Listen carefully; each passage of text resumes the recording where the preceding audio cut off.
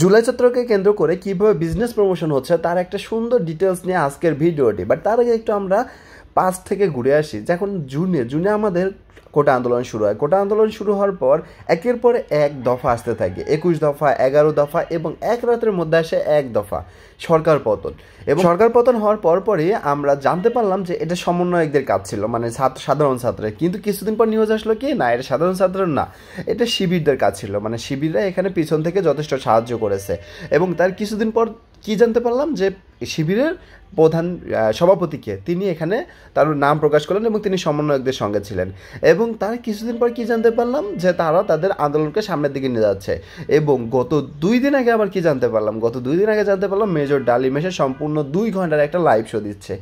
একটা জিনিস খুব ভালোভাবে এখান থেকে লক্ষ্য করতে পারবেন যারা বিজনেস করেন, যে আপনি যে প্ল্যানটা করেন, আপনি প্ল্যানটা না একবারে এক্সিকিউট করতে চান, যে আমি প্ল্যান করছি তাহলে আমি কালকে কস্ট ম্যানেজমেন্ট, টাইম ম্যানেজমেন্ট সব কিছু করবো। বাট একটা জিনিস ভালোভাবে লক্ষ্য করুন, যে আপনি যখন একটা প্ল্যান করবেন তার পুঙ্খানুপুঙ্খ একটা ব্যাখ্যা থাকবে।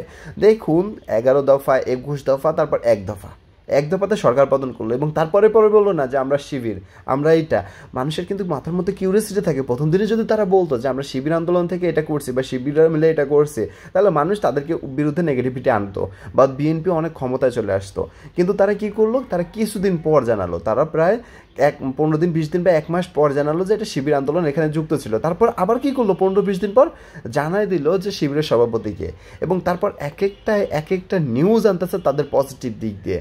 আপনারা একটা জিনিস এখান থেকে ভালোভাবে লক্ষ্য করতে পারবেন, তারা যদি সবগুলো নিউজ একসাথে আনতো তাহলে তাদের বিরুদ্ধে আবার আমাদের একটা কুচক্রি মানে টিম তাদের বিরুদ্ধে কাজ করতো।